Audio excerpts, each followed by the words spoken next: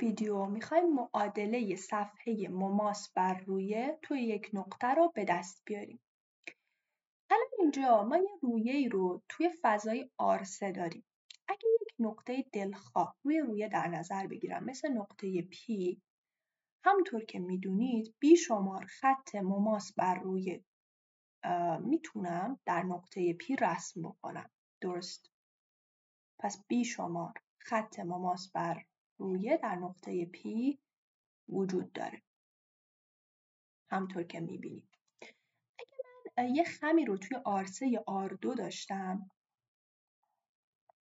فرض کنیم یه خمی رو توی آرسه داشتم. یه نقطه از خم رو در نظر میگرفتم، یه خط مماس یکتا میتونستم بر این خم توی نقطه پی رسم بکنم.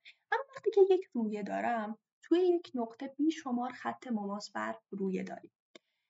اینجا یه مفهوم جدیدی پدید میاد، اونم صفحه مماس بر رویه توی یک نقطه هستش. صفحه مماس بر رویه خاصیتی که داره در واقع اینه که همه خطوط مماس بر رویه توی نقطه پی رو در بر داره. درسته. از طرفی ما میدونیم برای اینکه معادله یه صفحه مماسی رو یا اصلا معادله یه صفحه‌ای رو توی آرسه به دست بیاریم، که صفحه‌ای من توی آرسه دارم میخوام معادلش رو به دست بیارم، به دو تا چیز نیاز داریم. یه نقطه از اون صفحه نیاز داریم، همچنین بردار نرمال بر صفحه رو نیاز داریم. درسته. اگه بردار نرمال بر صفحه باشه A و B و C و نقطه P هم باشه X0 و Y0 و Z0، معادله صفحه چی میشه؟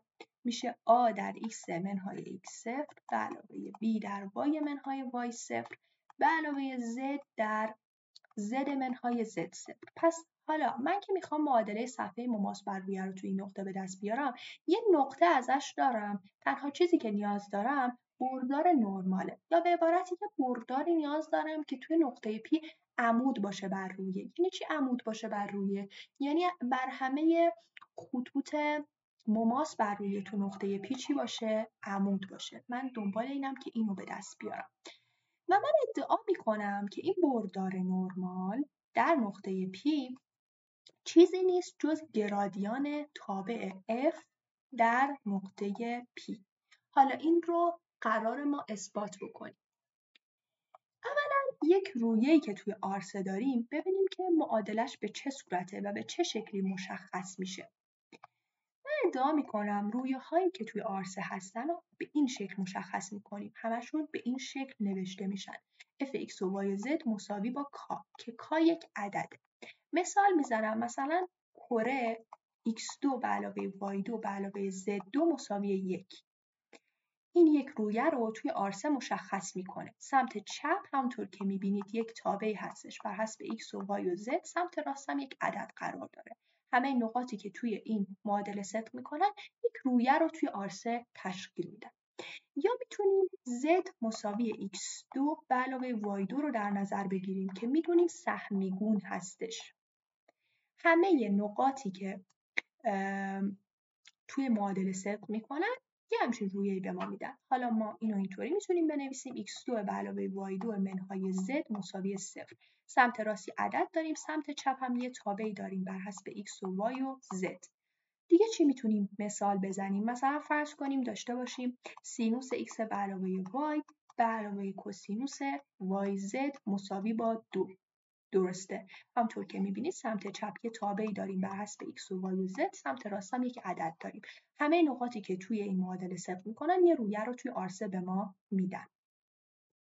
گرادیان هم تعریفش چیه؟ وقتی که یه تابعی داشته باشم fx و y و z، حالا الان اینجا مساوی کار، گرادیان f چیزی نمیشه جز مؤلفه اولش میشه روند f به روند x، مؤلفه دومش روند f به روند y، مؤلفه سومش هم میشه روند f به روند z. درسته؟ من ادعا میکنم که اگه یک رویه‌ای داشته باشم، یه نقطه از رویه رو در نظر بگیرم، بردار در واقع نرمال صفحه مماس توی نقطه P چیزی نمیشه جز گرادیان F توی نقطه P. و بدین ترتیب خیلی راحت میتونم صفحه مماس رو مشخص کنم، معادلش رو. حالا چرا این اتفاق میفته؟ شما اگه یه رویه‌ای رو توی آرسه داشته باشی، یه نقطه پی رو اون در نظر بگیری، یه خمی که پیوسته باشه و از نقطه پی بگذره رویه در نظر بگیری، مثلا من میام خم سی رو در نظر میگیرم. خب این خم سی چون تو فضای آرسه قرار داره، یک معادله‌ای داره، درسته؟ معادلش فرض کنیم باشه آلفا تی، یعنی تصویر خم آلفا تی باشه. خب یه ایکسی داره بر حسب پارامتر تی، وای داره بر حسب پارامتر تی، یه زدی هم داره بر حسب پارامتر تی. به ازای تی های مختلف همه نقاط این خم مشخص میشن و فرض کنیم که آلفا تی صفر باشه نقطه پی، مثلا این باشه نقطه شروع خممون. اینم رویه اسه که گفتیم که معادلش به شکل اف ایکس و وای و زد مساوی هست با یک کای. چون که خم سی روی قرار داره، بنابراین توی معادله رویه صفر میکنه، چون نقاط خم همون نقاط رویه هستن، یه بخشی از یه زیر مجموعی از نقاط رویه هستن. پس چیزی که داریم اینه که f x t و y t و z t برابر هستش با k، درست؟ بنابراین f میشه یه تابعی بر حسب t، درست؟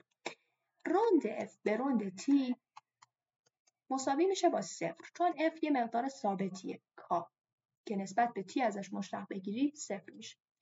میخوایم از قاعده زنجیره‌ای مشتق استفاده کنیم برای اینکه این مشتق رو به دست بیاریم. همطور که میبینیم تابع f بر حسب x متغیرهای x، y و z هستش. x و y و z هم هر کدوم بر حسب پارامتر t هستن، درست؟ حالا بخوایم قاعده زنجیره‌ای مشتق رو استفاده کنیم. همطور که میبینیم روی هر شاخه چی می‌نویسیم؟ روند بالایی به روند پایین، روند f به روند x.